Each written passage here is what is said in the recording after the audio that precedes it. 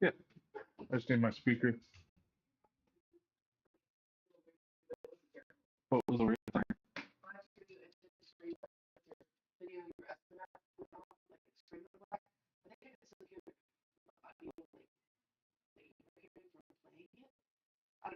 Okay. I know what the issue is. Thank you. Okay. It might have just been playing on my phone as well and coming through my Razer mic.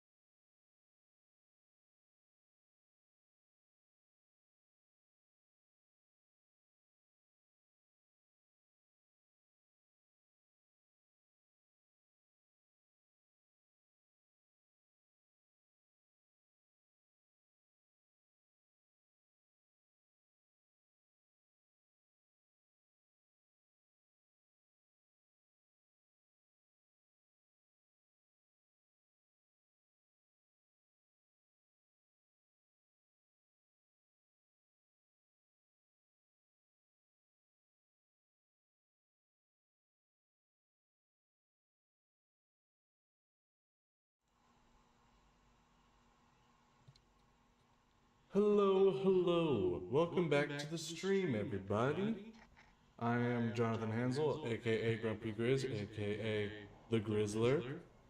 And we have got a really good episode to be sharing today. Oh, sorry about that. Just double checking the audio there. Okay, I think there was an echo, but I believe I just fixed it. Well, now I think I just fixed it. Sorry about that. Okay, so welcome back to the stream, everybody. I'm Grumpy Grizz. We are here to keep building the business, keep getting this stream going, you know? Love to see you guys all here again. We are here to continue the Cryptid Codex.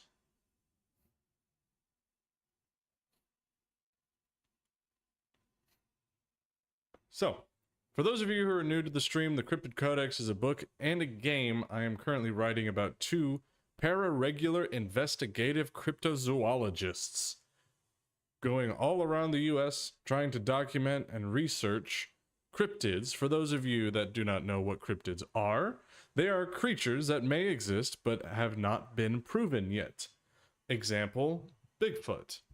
One example of cryptids that have been proven to be real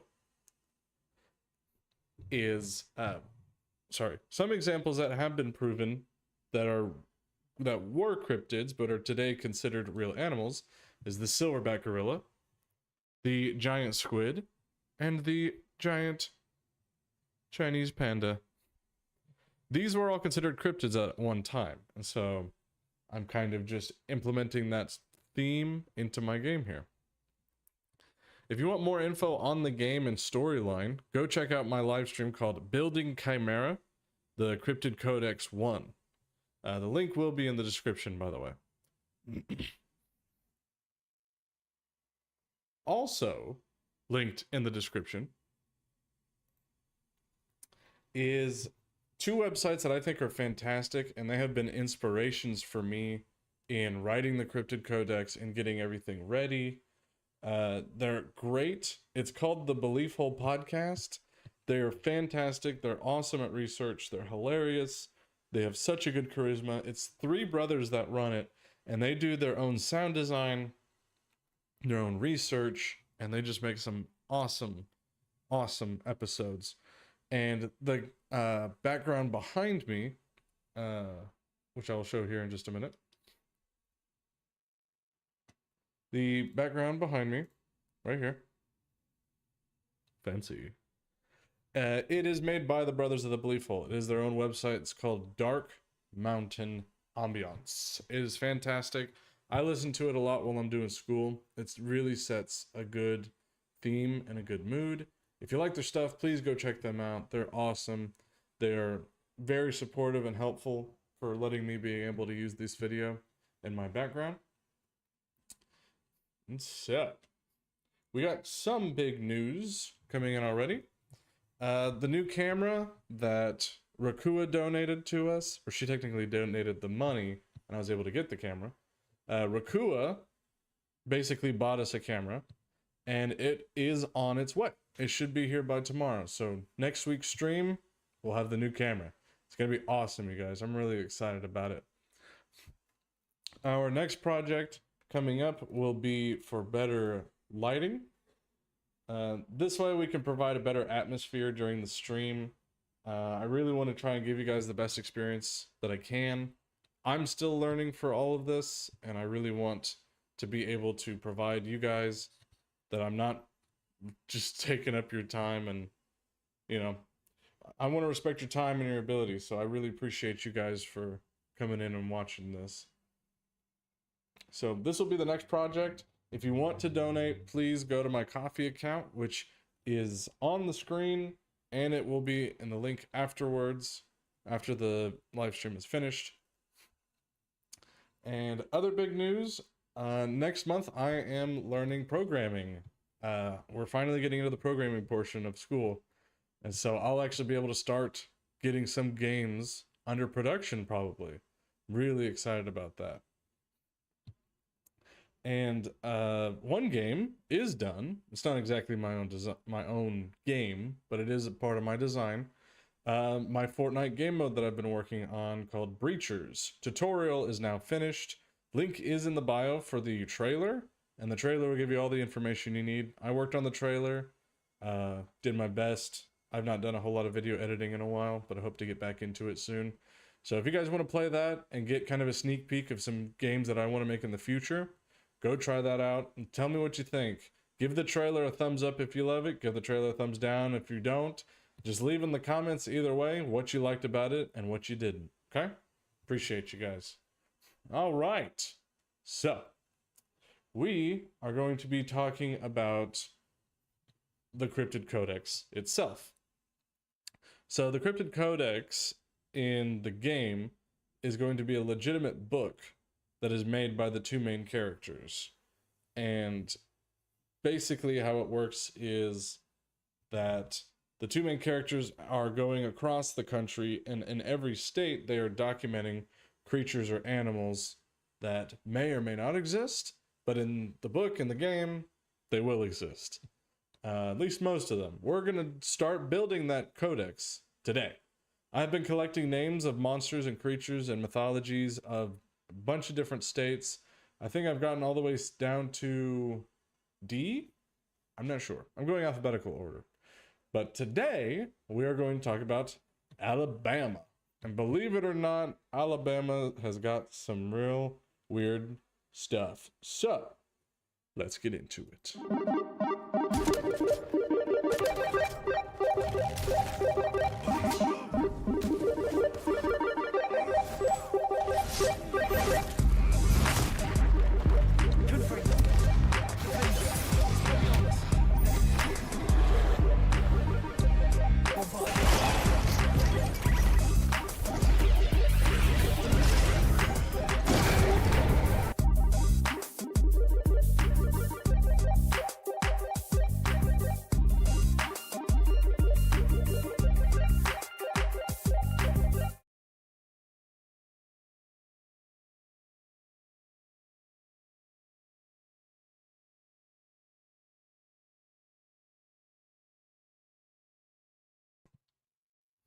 Alrighty.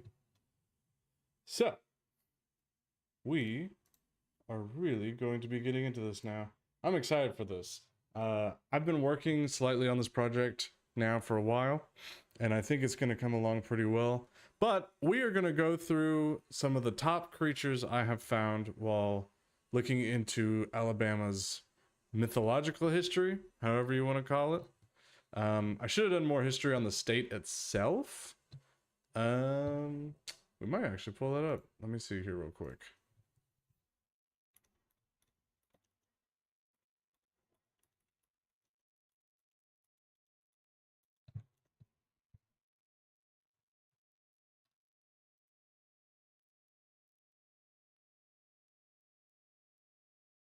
Okay.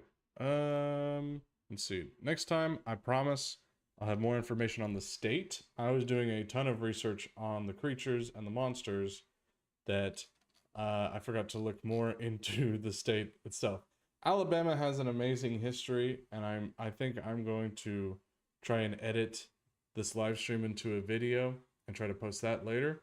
So I'll include the Alabama history then. I apologize for my falling behind on that. All right, so the first monster we have on our list, the Wolf Woman of Mobile. And honestly, I've not looked through everything, so you and I are kind of discovering this together right now. So let's get into it. All right.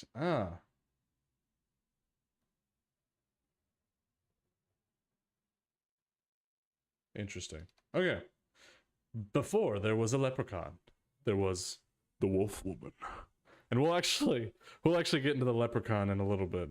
It gets really interesting, really weird, really funny, really fast. So, beginning on April 1st, 1971, calls began to roll into the press register from citizens reporting that they had spotted a creature with the head of a woman and the body of a wolf roaming around Davis Avenue, as well as the Plateau neighborhood. By April 8th, the newspaper published an article chronicling its readers' tales, complete with a sketch of the bewitching monster sporting a head of Hair that would have made Farah Fawcett jealous. I'm gonna let my age show. I have no idea who that is. The article, entitled, "But Would You Believe?" explained that the paper had received over 50 such calls. It quoted an array of unnamed residents, including a man who described the wolf woman as simultaneously hairy and pretty. And that is what we call a furry. Locals were afraid to leave their homes after dark. Sightings and chasings were reported for days. Then, just as quickly as she appeared, she vanished. Never be seen again. So that is the general storyline of the Wolf Woman of Mobile. And all of these, I'm telling you guys, I've done some research here. I have genuinely been actually looking into a lot of these monsters here. And Alabama's got some weird ones. I love it. And like Alabama, they live up to their uniqueness, I guess you could say. So, who or what was this mysteriously attractive canine?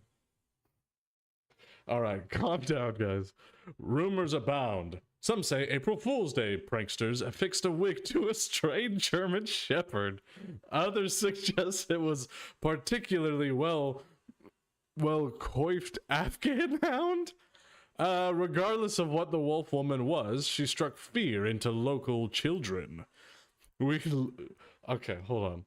Could you just imagine one of the parents just being like, "Son, don't be going out after dark.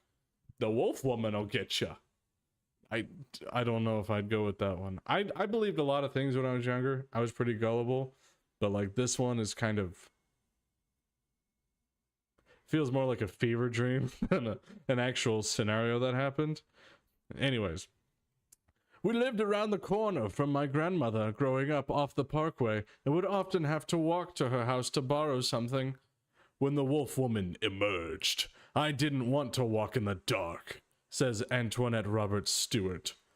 One night, my father sent me to my grandmother's house to get something, and I had to walk by patches of woods. Many of the friends lived all around us, but there were wooded lots between the houses. Wait, this is still her, sorry. On that night, I swore I saw the wolf woman. I know it was my imagination? Why did you say I swore I saw the wolf woman? But I never ran so fast in my life. I could literally feel her chasing me. That's actually terrifying. Libby Sawyer echoed the sentiment. It scared me so much. I would stand at our back door to make sure it wasn't there. I was in 5th grade at the time. I begged my stepbrother to teach me to shoot a rifle in case she came after us. As with most spooky stories, there are those who enjoy frightening others and those who love to be frightened. I remember hearing about it. I don't know who you are. I don't really care. All right, hold on. Sorry. That was rude of me. This was done by Marissa Deal at the Mobile Bay. That was rude of me. I apologize, Marissa. Okay. Whatever the wolf woman was, or wasn't, urban legends such as these are often retold to discourage people, particularly children, from doing unsafe things such as being out after dark or walking through the woods at night, explains Don Como,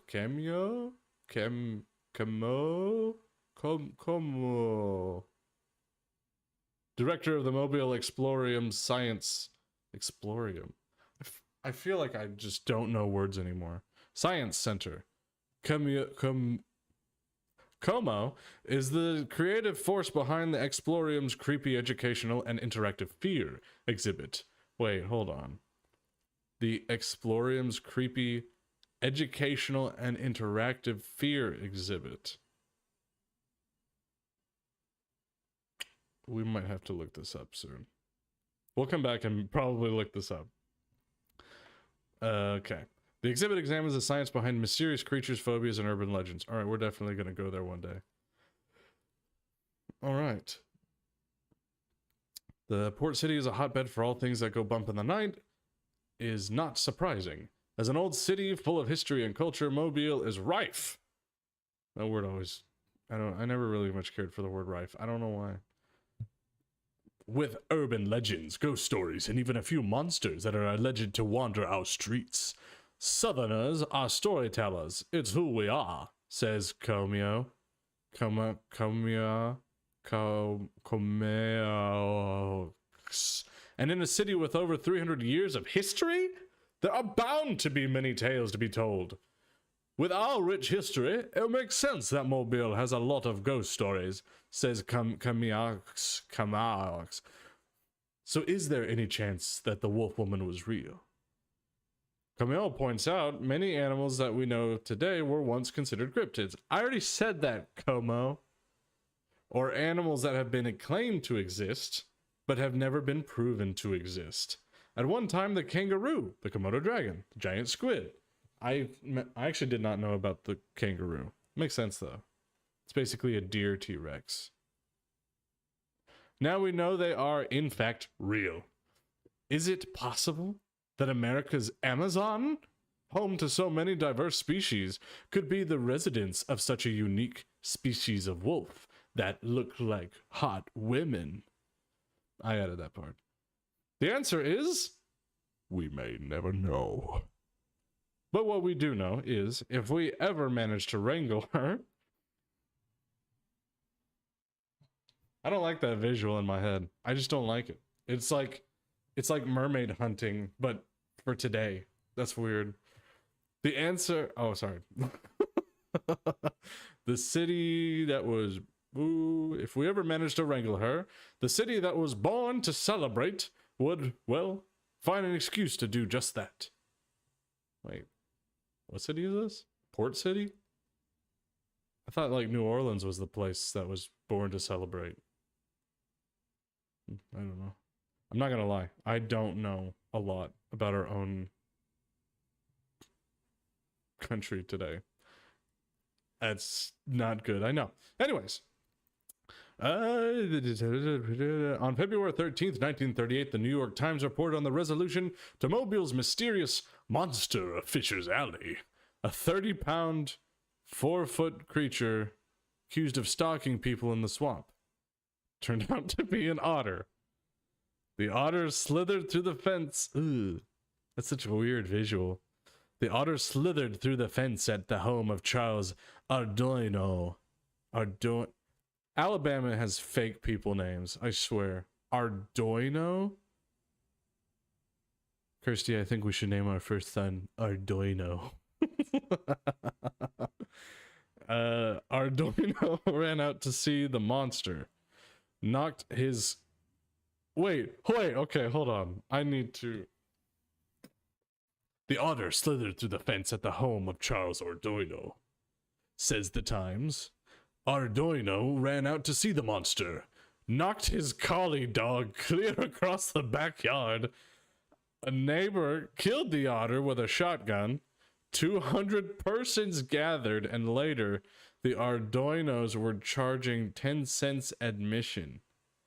I respect that so much. So, yeah. Moral of the story. Apparently, wolf women are hot to people who live in Alabama.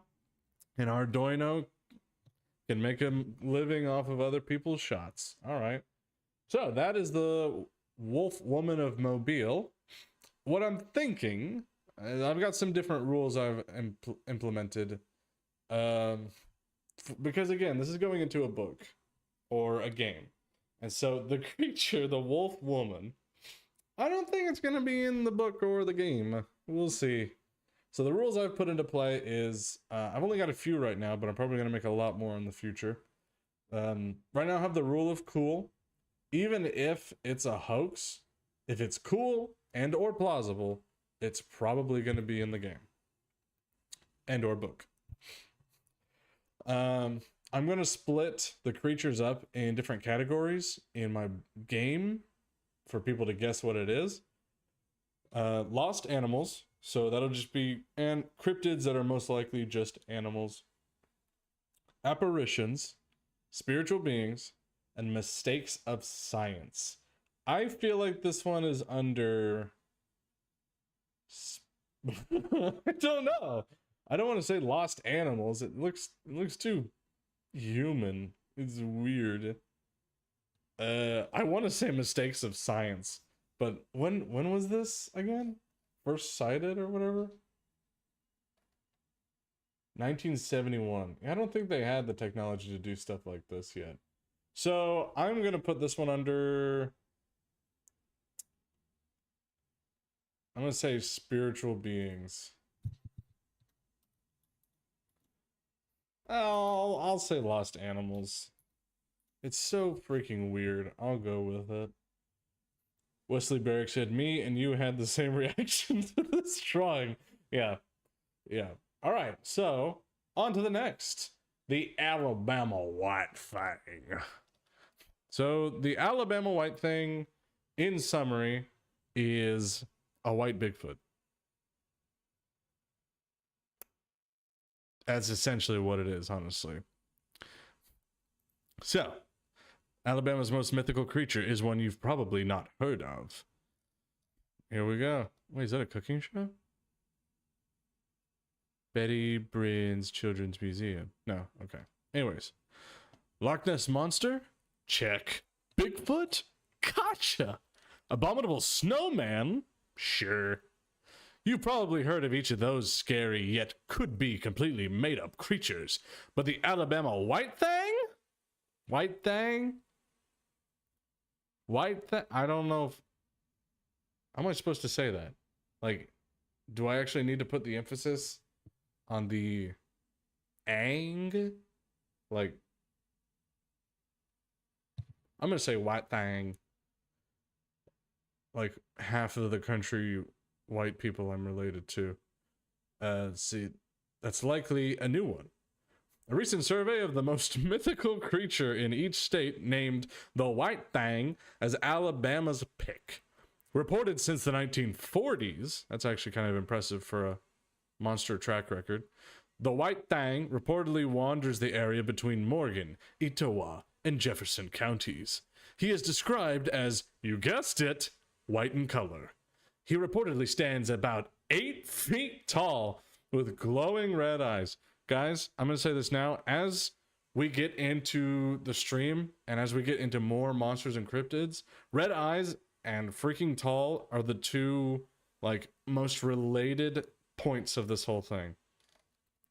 Legend has it that the White Thing has the ability to move extremely quickly and is known for his eerie screech that has the sound of a woman's scream. Okay, so I wasn't far off. Okay. A woman's scream. Let me try this again. What's sad is that's like my normal scream too. Anyways. Here we go. Oh, there wasn't a whole lot there. Okay. That was a huge disappointment. So it's just been around for a while, I guess. Let's do a little bit more investigations. Alabama White Thing. I'm going to make the screen disappear for a minute because I don't know what's going to pop up and I don't want to get demonetized before I get monetized, you know? Okay, so let's see.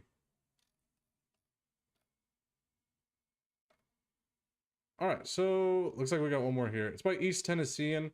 I've actually seen this guy before. He's got some pretty good articles. It's the same image. Photo illustration of the White Thing contributed by /waf.com. It's just like a negative color image of Bigfoot. That's awesome. That's gonna be my new like back screen now. Anyways. Here we go. When it snows like this, dude, you can't use an image like that and say when it snows like this. When it snows like what? Oklahoma during the summer? I always want to find a seasonal cryptid. For now, Ooh, that was weird.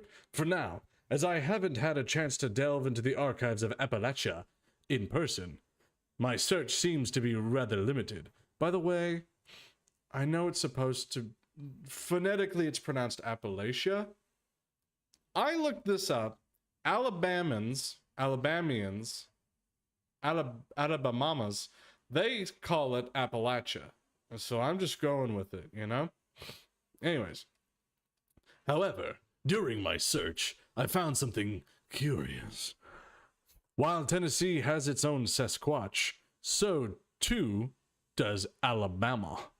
This is the first article I've written about Alabama. It's curious and has been stated before that the most common cryptid to be found anywhere in the U.S. is a Sasquatch. Sasquatch, or Bigfoot. Or, even better, a local name for the creature with the same features. The White Fang is a cryptid of Alabama. Supposedly, the state's most famous, according to AI.com, who published an article about the creature in 2019. That's not a bad picture, though. Like, that's a good drawing. Forgot my speaker makes a sound like the Death Star exploding when it turns off. Anyways, the creature has been spotted through the 1900s, and the local news, WAFF 48, WAFF, I know, has published articles discussing it. Anna Mahan, the writer of an article on White Fang, describes Sasquatch and White Fang as different. Though it is still possible that the two are distantly related,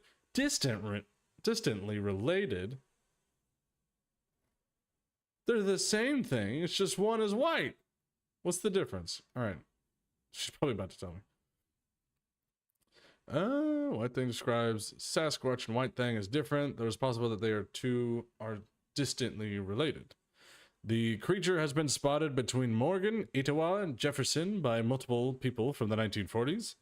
I feel like this person just ripped off the post we just read. Anyways, the most recent sighting I found was in 2002 by a Reddit user on an Alabama subreddit.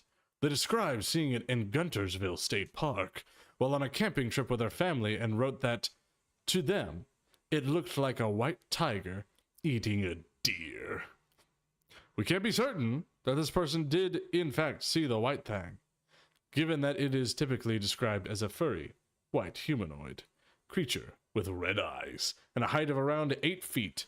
That being said, it has also been described as a large cat, a bear, and a wolf. I hope that's separate and not all as one thing. So perhaps we'll never know. That being said, if it is a Sasquatch type, it may be larger proof of something still out there. If it's something else, there's definitely more to learn about it. Who knows what it may be? All right, so Alabama White Thing, very fun. I'm definitely going to put that under the Lost Animals category, because that's definitely just a Bigfoot, like an albino Bigfoot. I'm not given any details as to why it's different. For the record, we are just doing a little bit of light research here. I'm going to delve a lot deeper into this before I start implementing this stuff into the video game. Bigfoot, of course, has been seen in Alabama. Yeah, here we are. Heading westward from Etowah County, we find ourselves in the heart of Alabama's Black Belt region. They're all ninjas there. Where the rural landscape of Wilcox County has become a hotspot for Bigfoot activity in recent years. One of the most compelling sightings occurred in 2016, when a motorist reported seeing a large, black-haired creature crossing the road in front of his vehicle just a few miles east of the small community of Annie Manny.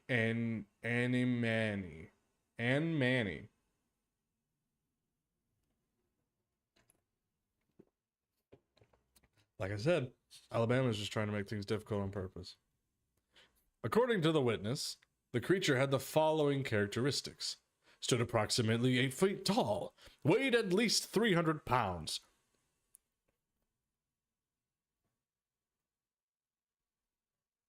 Long, shaggy hair covering its body. Reddish-yellow round eyes. Wide, flat nose similar to that of a... Why? Why don't I read these things before I read them? Walked with a slight forward slump. Its long arms swinging at its sides. Honestly, Like 3 or 4 of these things just described to me. Ew. Okay. This sighting, while remarkable in its own right, is far from an isolated incident in Wilcox County. In fact, the region has a long history of Bigfoot encounters dating back to the 1970s when a group of hikers claimed to have spotted a small, hairless creature walking upright in the woods. The hikers managed to capture a blurry of course it was blurry photograph of the beast, which has been circulating among Bigfoot enthusiasts and researchers ever since. Okay, so Bigfoot he's kind of the poster child of cryptids. I plan on making him a part of the game, but probably not going to assign him to one specific state. If I do, it'll probably be Washington, because that is the one that has had the most... It's got the biggest hotspots for Bigfoots, you could say. In the game, he's probably going to be kind of a poster child of the game, so you might discover him as the tutorial of the game. And then I'm planning on making it like in the background, if you can see Bigfoot somewhere in every level, then like there's some achievement or something, you know? I think that would be fun. I think that'd be kind of cool. So, we're gonna go ahead and move along. So, yes, okay, this one's actually kind of creepy. This one's not really a cryptid as much as it is mythology, but I feel like it's also important just for the state as a whole. The legend of Huggin' Molly. Abbeville's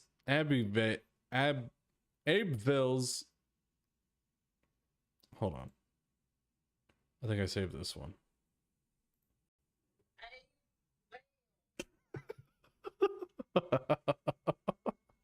Okay. So, Abbeville's haunted hugger. This one just sounds like someone explaining their trauma. If you ever have business in Abbeville, Alabama, make sure you finish it up before dusk. Abbeville, I'm not going to keep doing that. Located in Henry County near Donathan, is known as the city of dogwoods due to the abundance of blooms in the town. Okay, but I actually really do like dogwood trees. It's beautiful. I love those. Anyways, Abbeville was settled over 200 years ago and is full of history. The town works to preserve the historical buildings and homes located there, including Rosa Parks' childhood home. Aimville is also a town where, for more than 100 years, the living typically steer clear of wandering the streets after dark. Why, you ask? The townspeople will simply say, Molly. Huggin' Molly, to be exact. Who is Molly, and why is she hugging people? Because she's lonely. Huggin' Molly is a legendary figure in the folklore of the town. The lore describes a tall, ghostly woman who roams the streets of the town at night, terrifying residents. The origins of the legend are uncertain, but it has permanently been ingrained into the culture of Abbeville. According to the legend, Huggin' Molly is said to be around 7 feet tall, as broad as a door, and wears a long, flowing dress or cloak, and a wide-brimmed hat. She is described as having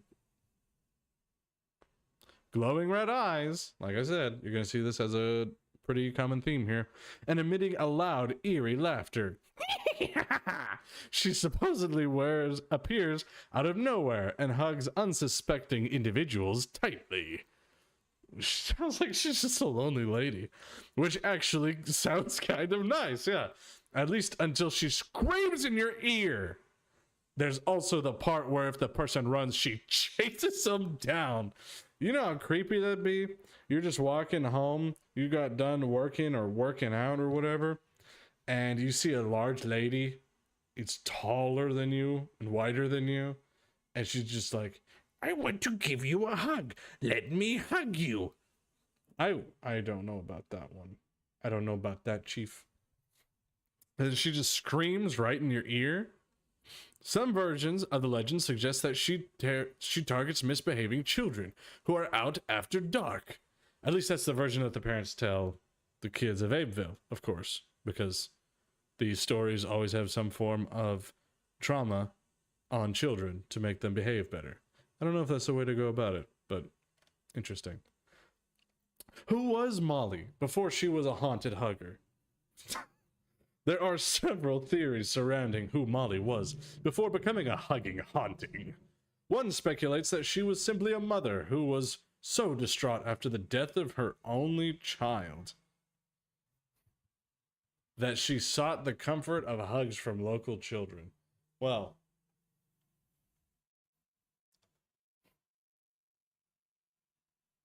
that got depressing really fast. Another account tells the tale of a young woman walking down the street after dark, only to be murdered in cold blood. If so, is this just her way of deterring others from being alone and vulnerable on the streets where she was killed? Another theory is that Molly was never a ghost, but a human roaming the streets. It's said that a disgruntled professor from the Southern Alabama Agricultural College despised when his students took to the streets at night with their friends and disturbed the community. He thought up Molly as a way to scare them and took to the streets, dressed as her so they would stay inside after dark. I don't know. I'm not as much a fan of that one. Oh, it just sounds weird. There's a few more articles here that don't really explain a whole lot about the cryptid itself. So the last report of Molly sighting was in 2010 during Yata Abba Day, an annual celebration of Abesville's heritage. Words is hard. Oh, a local teacher was leading a tour through the cemetery when a dark figure appeared between the headstones. At least it stalked off without hugging anyone. It was thought to simply be a publicity stunt, but who knows? So that's Molly. I'm thinking we're gonna put Molly under probably apparitions. So now we go on down. Well, I want to hear it one more time, actually.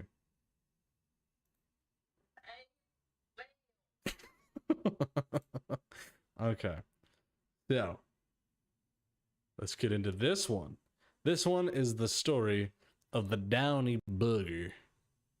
Now, I only caught some of this, but I'm really interested in it because I think this one is by far one of the most mysterious ones. It's nowhere near the Knot Deer. We'll get into the Knot Deer in a minute. That one freaks me out, actually. Like, a lot of these stories of cryptids and things, they're disturbing and weird, but the one about the Knot Deer coming up soon, that one freaks me out. I actually put a link in the description. Belief Hold did a video over the Knot Deer, and it is, to this day, one of my favorite episodes and absolutely terrifying. So, on to the Downy Booger. I don't know what that name is. Well, I need some tea.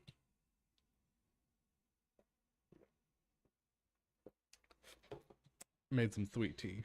That's so good.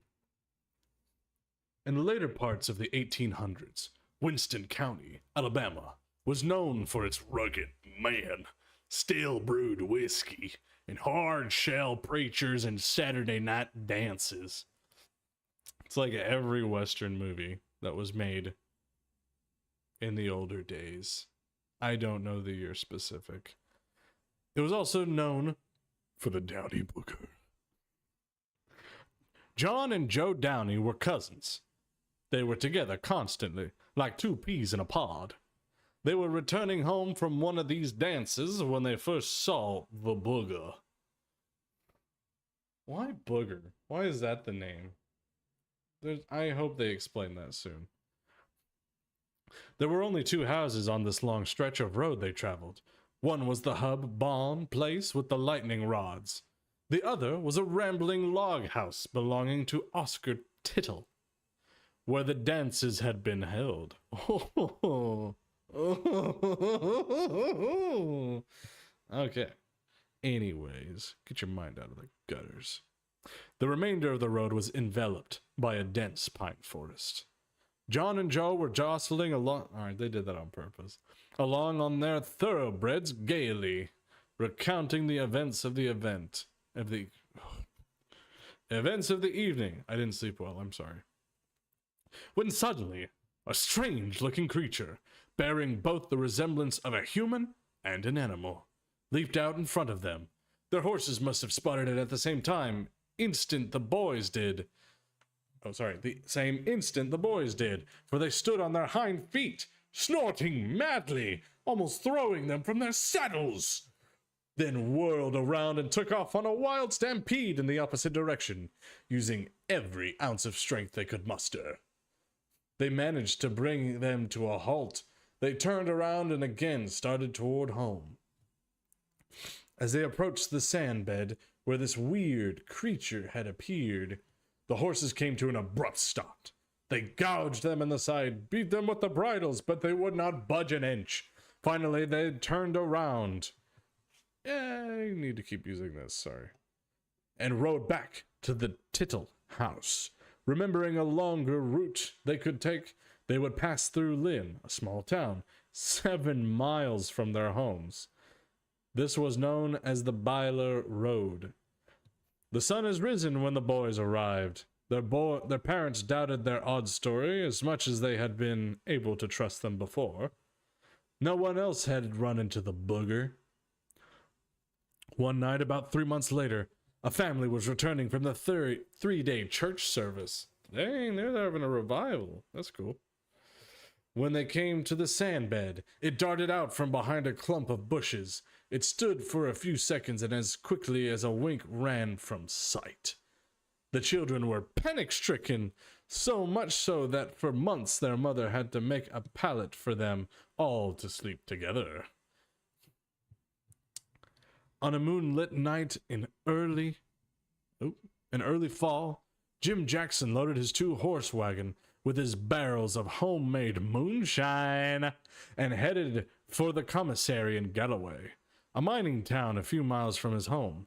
The manager of the commissary would sell it secretly to the miners for a huge profit. He was jogging along, hearing nothing but the melancholy whine of the wind in the pine branches, probably thinking of the loot he would receive from the liquor when he sensed he was being followed. Glancing over his right shoulder, his eyes fell upon a peculiar-looking creature, waltzing on 2 feet behind his wagon. He froze. His first impulse was to try to outrun it. He decides against that because his mules, Pet and Haiti, were not accustomed to running except downhill. This was level ground. He remembered his gun on the wagon seat beside him. He took the revolver, aimed, and fired twice. It screamed like a woman in distress, "Ah!" and then limped away on 3 feet. The news spread quickly. Jim Jackson had shot the downy booger. A posse was formed. They combed the forest, only finding traces of blood, leading from the sandbed to a distant cliff. Until this day, this incident is repeated among the residents of Winston County.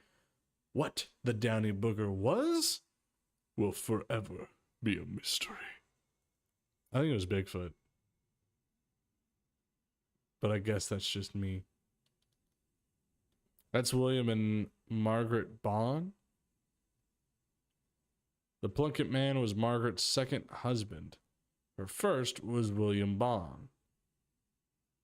Okay, so that was the... Okay, I think this was the family. I think so, yeah. So I think this was the family. So we're going to put Downy Booger down as a lost animal. This next one is about Hogzilla. It is one of the largest hogs ever recorded. It is deceased, and there are images of it being deceased if you don't like seeing animal death. you can go ahead and step out now. This should take about 10-15 minutes. Go get yourself a nice drink, little Nutella bread, little toast and whatnot, some cereal maybe, and come on back after about 15 minutes, okay? Love ya. Hogzilla. Hogzilla is a giant pig who was shot and killed by a hunter named Chris Griffin in Alapaha. Alapaha? Wait, Georgia? Thought this was Alabama.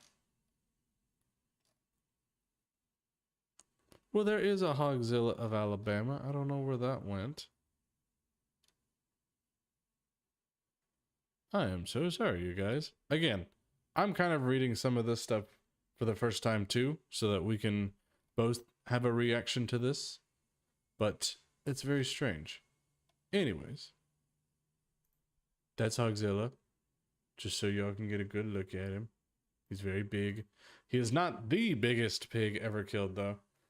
See this? This is just a good example. There is a Hogzilla of Alabama. I apologize for getting the wrong one here. Georgia, we're gonna get to you.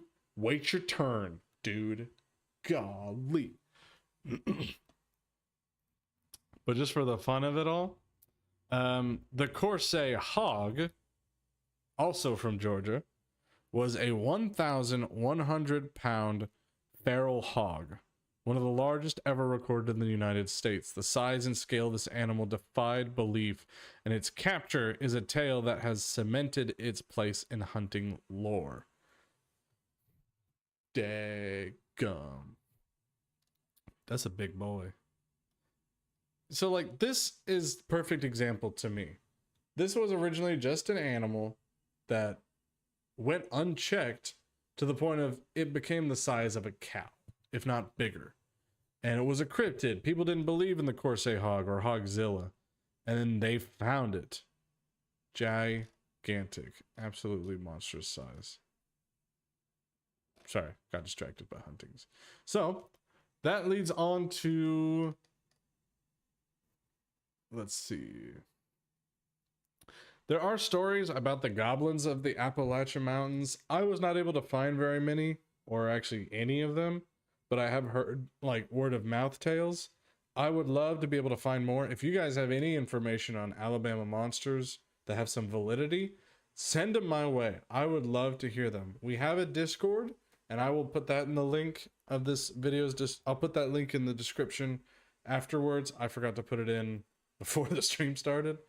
So that, and we also have a TikTok, Facebook, Instagram, and I have an email. So if you guys have awesome stories out there about Alabama that you know of, or know somebody who has a story, I would love to hear them. They might just end up in the game or the book. We'll see. So there is not a whole lot about Alabama goblins, you could say, but there's apparently enough that there was a documentary made called Hellier, and I thought it was a mockumentary at first, you know, just kind of like, yeah, goblins are real, dude, look, you know, it's just kind of jokingly. They did the one about that on National Geographic, no, History Channel, about dragons, which I was like 12 when I saw that, and I genuinely thought it was real. My mind was blown. Then I realized it was a mockumentary, it was not real. And then they did another one about mer people, which like was really convincing for a while because it was on History Channel. I think that was one of their first mockumentaries. But this is different. This is a documentary. They have been collecting stories and have been compiling it into one docuseries. I plan on watching it. I think it's free on their channel. Let's see. I forget what the channel is actually called. Oh, come on. They have a website. Amazon gives it like 3 stars, or Amazon gives it 4 stars. IMDb gave it 3. Planet Weird is their website, and I think you can watch it for free there. And I do want to watch it actually. That looks like it would be really interesting. So not a lot under goblins, but I've still heard some word of mouth stories of goblins. So for now, I'm going to put goblins under spiritual beings.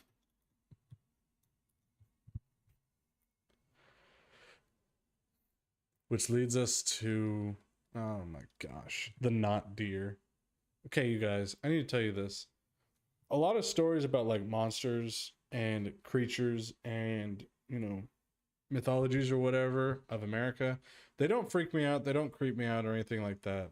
There's only two that, like, the idea just genuinely freaks me out the longer I think about it. The Skinwalker, which I feel like I have very good reason to believe that one, and the not deer. The not deer we're going to get into now. Yeah, take in that image. Enjoy this. You see this? See this nightmare? One of the few things that actually just freaks me out. The not deer has been frightening people for centuries. I recently began listening to a podcast about the Appalachian region that I recommend. It's called The Old Gods of Appalachia. That sounds interesting. I'll probably subscribe because I am a sucker for this stuff. And it talks about legends from around the area in a story format, starting with the Anglo-Saxon colonization of the Appalachias and the Scots, Irish, and indigenous tribes that were here before them. For the record, I am Chickasaw-Choctaw, so I'm not being racist. If I do any jokes about Native Americans, okay? Thank you very much. I might be white, but I am both. So yeah. Anyways, while it hasn't mentioned them yet, why would you bring that up then? Dude. While it hasn't mentioned them yet, it reminded me of the not deer. What was the point of you bringing up that podcast? Your brother made that podcast, didn't you? Didn't he? You were just pointing it out. Come on, Elias Murphy. Elias. Elias. I don't know how to say your name, I'm sorry. So I thought I would write an article on them. While it stems from multiple sources with multiple variations, according to the Skeptical Inquirer, a page dedicated to approaching cryptids and the supernatural in a scientific manner, a Tumblr user by the URL of coined the name, which has been used in regular spaces including 4chan, Reddit, TikTok, and Tumblr. The not deer have been sighted through the centuries all over the world. That's not comforting, but with a seeming focus on the Appalachian Mountains. Each sighting has small differences, but with some things in common. Most people who have seen them say that there is an uncanny intelligence behind their eyes, which are often forward-facing. So you know how, like, deer, their eyes are kind of like that? To kind of, like, look out for prey and stuff like that? Well, apparently its eyes are forward-facing, like people's eyes, or like wolf's eyes. Basically, prey have eyes that point outwards to give like a wide view range of view. My friend Rakua can explain it much better than me. But predators have eyes that face forward. So we don't need a 360 scope. We just need a direct focal point. We would be considered predators because our eyes are straight forward. I mean, some people I know whose eyes, they kind of do that naturally. But they are still humans and still predators. So stop making fun of them. Anyways, which are often forward-facing, the way of predators seem to be. They have joints that bend in weird ways. In many ways, it seems similar to a Native American monster. Though without the implications of where it comes from and the taboo around saying the name of it, there are multiple pictures and videos of these creatures, and though many argue they are fake, that remains to be seen. What most pictures show, however, is these not deer eating meat. Something which most deer don't do. Okay, highlight that phrase, which most deer don't do. We're going to come back to this, okay? While many claim that evidence of these creatures has been edited, the truth is that sometimes reality is stranger than fiction. And with so many sightings throughout the history of the US, the more into today, maybe it isn't so hard to believe. After all, narwhals exist, and what are they if not dolphins? That was weird, Elias. Maybe that's the truth of cryptids. Dude, that's what we're here for, okay? We're here to find the cryptids that are real, or that could be real. And the not deer are freaking Satan, okay? I'm definitely going to put them in the game and in the book because they absolutely terrify me. There was one scene from the show Adventure Time where there's a monster who looks like a deer, and then he takes off his hooves like gloves, and he has fingers. He's got hands, and then he stands upright. It's such a freaky scene. I don't like it. It basically shows what the not deer is in my nightmares. So, coming back to this phrase now that is highlighted, which most deer don't do, talking about eating meat. This was freaky. Go look it up online right now. Deer eating squirrel. Deers eat meat, guys. Deers eat meat, and it's weird to me. Some people are saying it's because of a lack of like sodium or something like that. I'm not 100% sure. It freaks me out. I don't like it. Bigfoot keeps walking back here, and it freaks me out sometimes. So, not deer. What are they? What are we going to put them under? Not deers can be either lost animals, apparitions, or spiritual beings. I'm going to put it under spiritual being. Because I'm telling you guys, the stories that I have heard, these things are freaky. Like, there are stories of people who are like driving their cars, and as they're driving, they see like a herd of deer, and they're all just big chilling, you know, being deer. But there's one deer who's like looking dead eye into this driver, just not moving.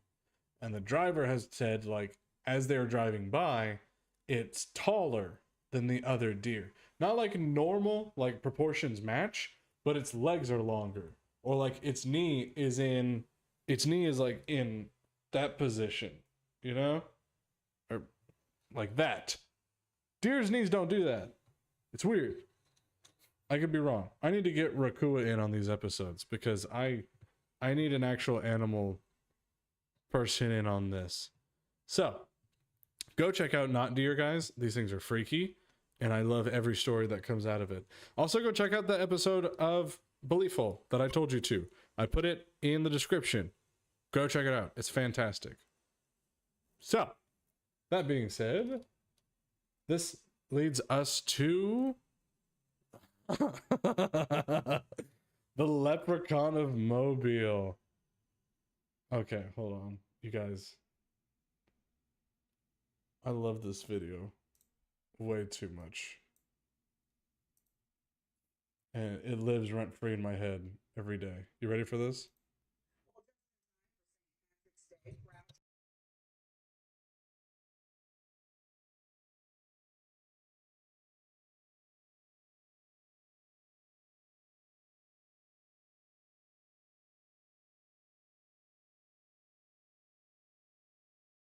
City leads to large crowds in Mobile's. I'm very sorry, guys. I just realized my audio was being weird. I think I fixed it.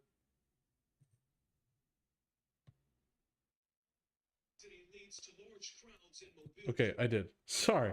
Anyways, back to this. Well, just in time for St. Patrick's Day, crowds are coming by the dozens to get an up-close view at what some say is a piece of Irish folklore. Some people in the Crichton area of Mobile say a leprechaun has taken up residence in their neighborhood. A leprechaun. NBC 15's Brian Johnson has more. Curiosity leads to large crowds in Mobile's Crichton community, many of you bringing binoculars, camcorders, even camera phones to take pictures. To me, it look like a leprechaun to me. All I gotta do is look up in the tree. Who else seen the leprechaun? Say yeah! Eyewitnesses say the leprechaun only comes out at night. If you shine a light in its direction, it suddenly disappears. This amateur sketch resembles what many of you say the leprechaun looks like. Others find it hard to believe and have come up with their own theories and explanations for the image. I theory is it's casting a shadow from the other limb. Crackhead. The guy get up in the tree and Down to the bottom of this. Yeah, still on there, guy. Don't be afraid. Don't be afraid, man. This guy helping to direct traffic says he's prepared for his encounter with the leprechaun. He's suited up from head to toe. This wars off spells right here. This is a special leprechaun flute, which has been passed down from thousands of years ago from my great-great-grandfather who was Irish. I just came to help out. Others just came to get lucky in hopes a pot of gold may be buried under this tree. I'm gonna run a backhoe and uproot that tree. I want to know where to go. Give me the gold. I want to go. This is Brian Johnson, NBC 15 News. People will do anything for a pot of gold. I mean, anything. You know what I like? I like the amateur sketch of the leprechaun. It Yeah, looks like somebody got a really good look at it. Yeah, so that is just a little bit of magic. I love that video so much. So apparently that's like all there is about this. They don't talk about the leprechaun ever again. I'm not putting this in the game. I'm tempted to. We'll see what happens. But oh my gosh, I love that video. It reminds me of the Key and Peele video, which I'm pretty sure came out after this one. Key and Peele did a video where it's like whenever you need a story, and so you just make up a unicorn or something like that. Oh, it's so funny, guys. All right, so on to the Bear Lake monster. And yes, I definitely put this in because it's called Bear Lake. I'm Grumpy Grizz, guys. This is like free monetization for me right here. Okay, anyways, I love this picture. This guy's like living my dream. In 1868, Joseph C. Rich wrote an article that was published in the Deseret News. It spoke with a strange serpent-like creature that inhabited the waters of Bear Lake. Though the creature was part of a local Indian lore, excuse me, sorry, my wife made really good pork and teriyaki rice. It was really good, guys. Oh my gosh. Anyways, Rich wrote of recent appearances as number of white settlers claimed to have seen it with their own eyes. The article then went into detail about who had seen it and what they had seen. A large, fast-swimming brown animal. Okay. Articles about the Bear Lake monster continued, documenting sightings in Bear Lake and of sightings in other bodies of water in the Utah Territory. The number of sightings grew to the point where locals began to believe there was an underground tunnel connecting the Great Salt Lake and other waterways to Bear Lake. Hold on, I just want to make sure.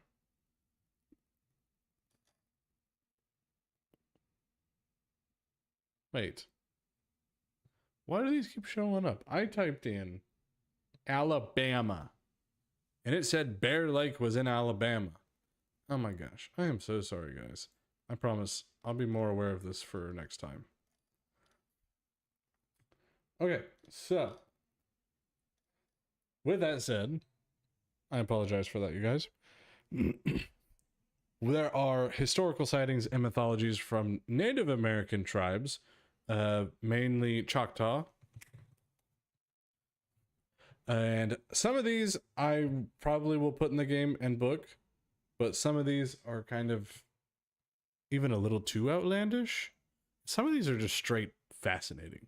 So, Atipatzcoba is a Native American, possibly the Alabama people's, name for man-eater. A mythological monster of the southeastern tribes, a huge carnivorous creature that preyed on humans. Its appearance varied greatly from tribe to tribe. In some tribes, man-eater was described as being bear-like, similar to naked bear monsters of the northern tribes.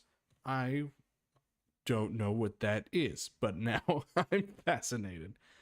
In others, such as the Creek and Seminole tribes, I actually know someone from both of those tribes, Man-eater was described as a feline monster, similar to a giant mountain lion. That's interesting. In the Alabama and Coasati tribes, many modern people associate being big man-eater with elephants, because of course they do. Some folklorists believe the legend of man-eater may have been inspired by mammoths or mastodon fossils. Then why are there tribes that said they saw it? That does not make sense.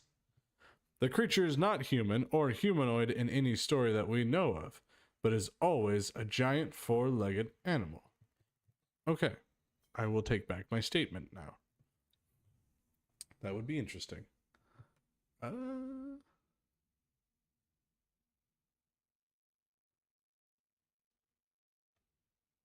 Okay, the rest of that's just about a piece apparently made by a composer. This is kind of speed rounds here because it's just all these different animals of folklore now. Up next we have the Cinti Lapita, I think.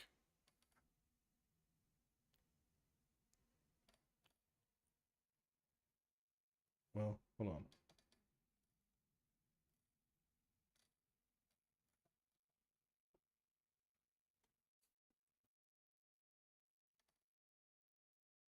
Yes. Okay. So, the Muskogee Creek traditions include a horned serpent and a tie snake, Estaquivnev, in the Muskogee Creek language. I'm not Muskogee, so I don't know. These are sometimes interpreted as being the same creature, and sometimes different, but similar. But the horned serpent is larger than the tie snake to the Muskogee people. The horned serpent is a type of underwater serpent covered with iridescent crystalline scales and a single large crystal in its forehead. Both the scales and crystals are prized for their powers of divination. The horns, called chitogabe, were used in medicine. Just, you're bleeding, just shove a crystal in there. Jackson Lewis, Muskogee Creek informant to John R. Swanton, said this snake lives in the water as horns, like the stag. It is not a bad snake. It does not harm human beings, but seems to have a magnetic power over game. In stories, the horned serpent enjoyed eating sumac, rus glabra. I don't know what that means. Okay. Let's see. Alabama people called the horned serpent Quinto Sacto, or crawfish snake, which they divide into 4 classifications based on its horns colors, which can be blue, red, white, or yellow. The Yuki people made effigies of the horned serpent as recently as 1905. An effigy was fashioned from stuffed deer hide, painted blue with the antlers painted yellow. The Yuki Big Turtle dance honors the horned serpent's spirit, which was related to storms, thunder, lightning, disease, and rainbows. Okay. Among Cherokee people, a horned serpent is called Uktena. Anthropologist James Mooney describes the creature.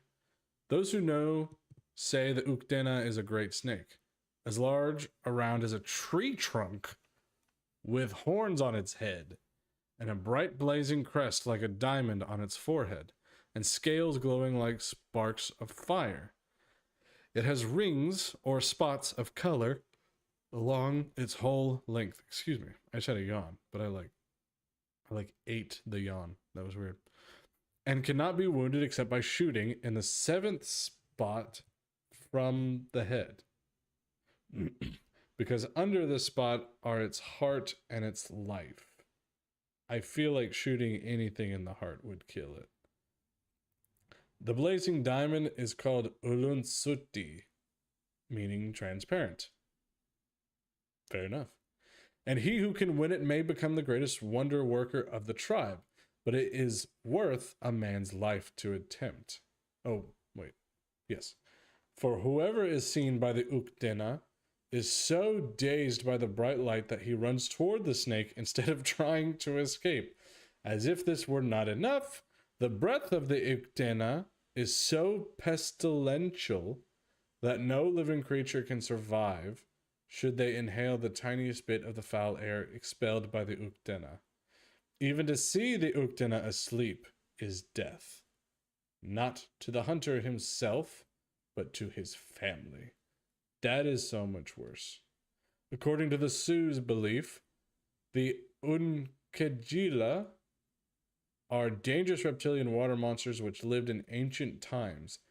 They were of various shapes. In the end, the Thunderbirds destroyed them, except for small species like snakes and lizards.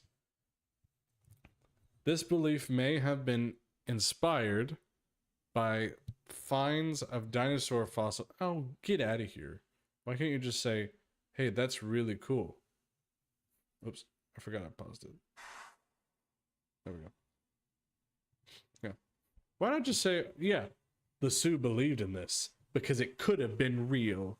But no, they always got to try and whisk it away with some other belief. It was probably a dinosaur skeleton.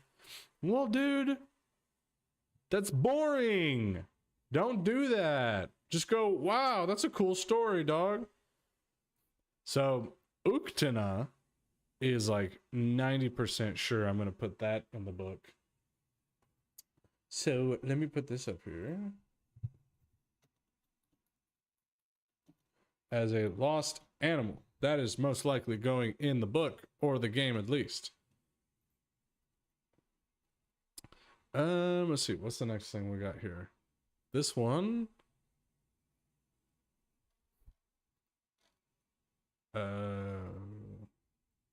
Nalusa Falaya. Okay, I remember this one. All right. The Choctaw have stories about shadow beings. Nalusa Chito, also known as the Impa Shilup? I feel like I'm going to say a bad word here in a minute. Was the soul eater, a great black being. So, Satan. If individuals allowed evil thoughts or depression to enter their minds, Impa Shilup would creep inside them and eat their souls. Many people of Choctaw Nation will not say his name in fear of summoning the spirit. Well, you guys, I'm Choctaw. And Chickasaw. So if this stream stops tonight, it means I'm dead. And Nalusa Chito, or Impa Shilup, killed me. Anyways, Nalusa Falaya, long black being,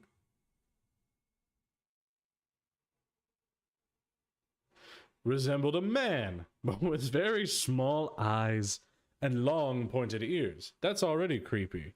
It's a drow from Dungeons and Dragons. He sometimes frightened hunters or transferred his power of doing harm. Some believe that Nalusa Falaya preferred to approach men by sliding on his stomach like a snake. That's horrifying.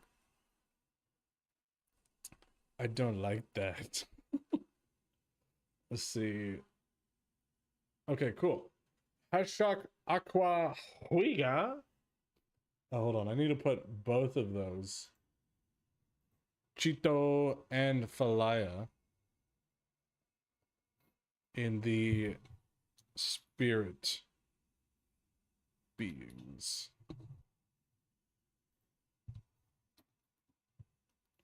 For the record, the delineation between spirit beings and apparitions is one was once alive and is now dead. The other is spirit beings.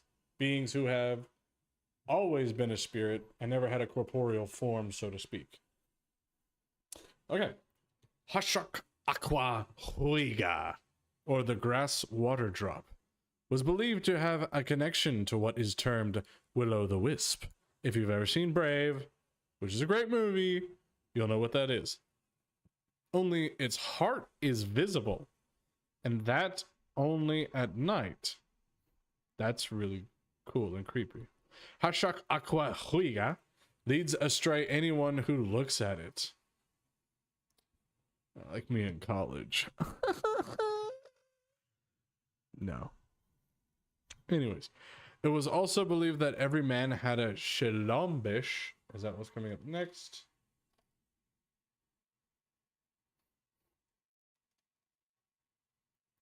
No. Okay, so I don't know what that is. So we're going to keep moving along. If you guys are interested in this stuff, I put the website, the wiki for the Choctaw Mythology in here. I know we don't go by Wikipedia because it's not 100% a reliable source. But for today, for finding names and finding general backstories, it is very valid. So let's see. Do they any of these other ones? I don't think the rest of these do. No. Okay, let's go back to this one for a minute. Does this talk about any of the other ones? Cache Hotapolo. Yes, right there. Ishkitini. Was Biskinik in this? Biskinik is right there. Okay, cool. So the last three ones that I found a lot of stories about is the Cache Hotapolo. I really hope I'm saying this right. The Ishkitini and the Biskinik. The Kashetapalo, oh dang, I feel like I had it perfect earlier, is a creature that is neither man nor beast. All right, that's not a good sign. While having the legs and hooves of a deer, it's already a not deer. That's cool. Its body is that of a man. Hold on. While having the legs and hooves of a deer, its body is that of a man. His face, his head and face are small and shriveled. That's Satan. And it is said that a person who looks at it will be visited by evil. That's Satan. When hunters go near the swamps it inhabits, lives in a swamp, of course it does, it sneaks behind them to call loudly before quickly fleeing. What a jerk. Although it does not harm man, it takes delight in their fright as it yells a sound that resembles a woman's scream. I've already done enough of those. My throat is tired. For that reason, it was named Kashahatapolo, or Kashaho. Kachaho. Kashaho meaning woman, and Tapalo meaning call. Woman call. Put together. All right, so we have a satyr, or Satan. It's your definition. Ishkitini, or the horned owl. That's weird that the horned owl is real. Let's keep going. Was believed to prowl about at night, killing men and animals.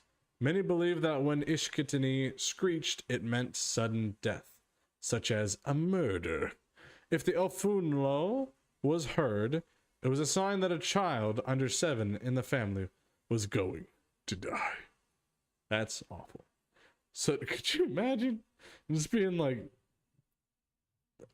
being a 6-year-old kid, and you're with a family, you're just chilling, and you hear an Ofunlo, and then your older sister's like,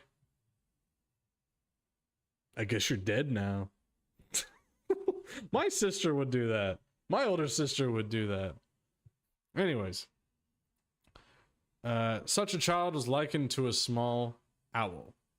If Opa, or a common owl, perched in a barn or on trees near the house and hooted, its call was a foreboding of death among the near relatives of the residents. See, what's interesting is that, like, Native Americans and, like, Mexicans or Hispanic people from Mexico or South America, their ancestors, their ancestry and mythology, believed that owls were, like, witches or evil, or, you know, owls were dark creatures, which I can get. Like, if you ever heard an owl hoot, it's actually kind of a creepy sound. I'm not a huge fan of hearing it in person because it sounds like a person just shouting out, "Hoo, hoo." I don't like it. I would agree with the Hispanic people. I agree with the Mexicans. They're witches. Owls are people. Anyways, but to, like, the Romanian gypsies, or gypsies in general. I don't know if that's a bad term anymore. I'm just going to go with my ignorance for right now.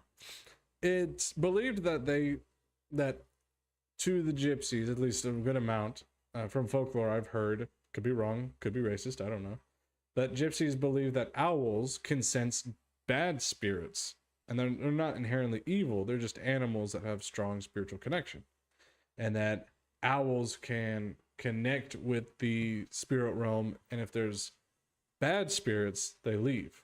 So if the gypsies ever heard an owl, they believed they were safe because the bad spirits wouldn't be around an owl, or they wouldn't be around because an owl wouldn't be around a bad spirit.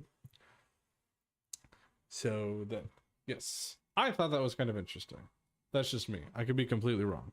Biskinik, the sapsucker, was known as the news bird. If he landed on a tree in a family's yard early in the morning, some hasty news would come before noon. If he perched there late at night, the news would come before morning. Just kind of chill, you know? Alright, so Biskinik. So wait, the sapsucker, is that a real animal? I'm going to hide my screen because I am absolutely horrified of pulling up something bad and getting demonetized before I'm even monetized. Okay, cool.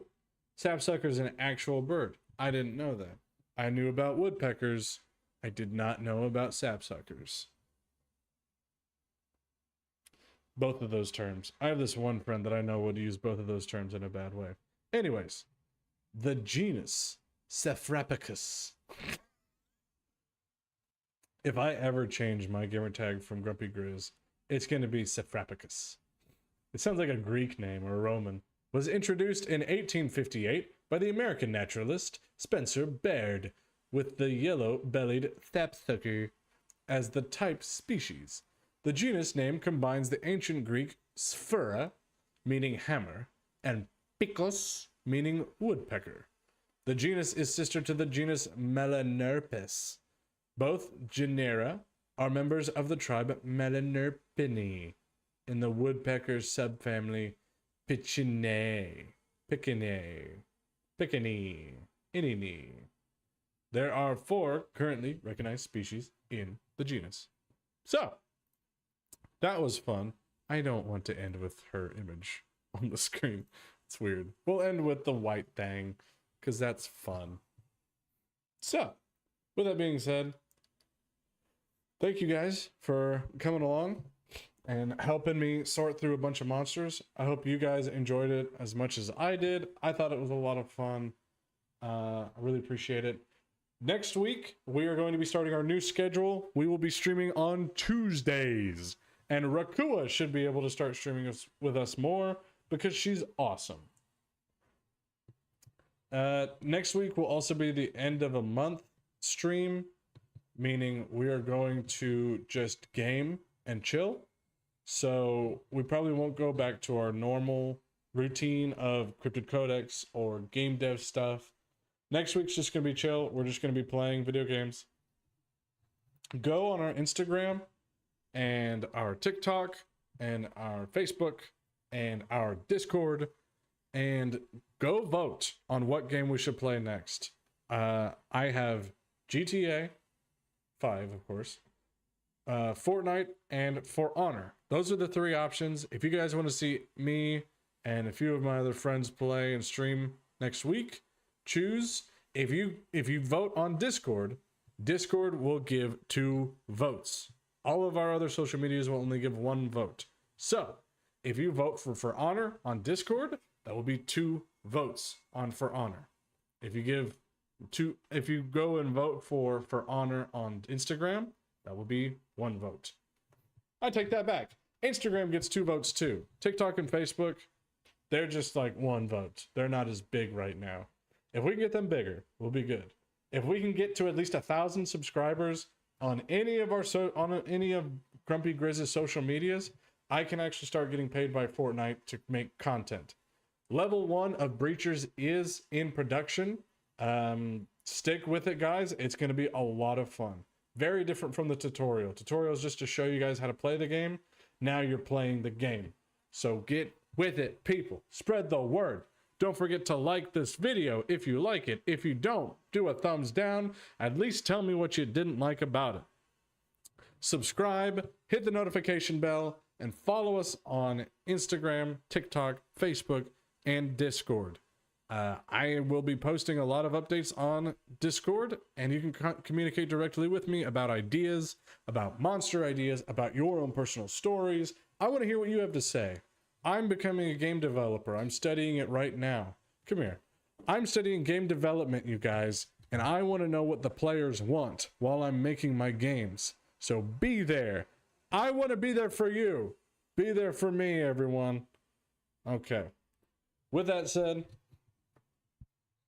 I'm going to go ahead and say we're going to do our prayer requests.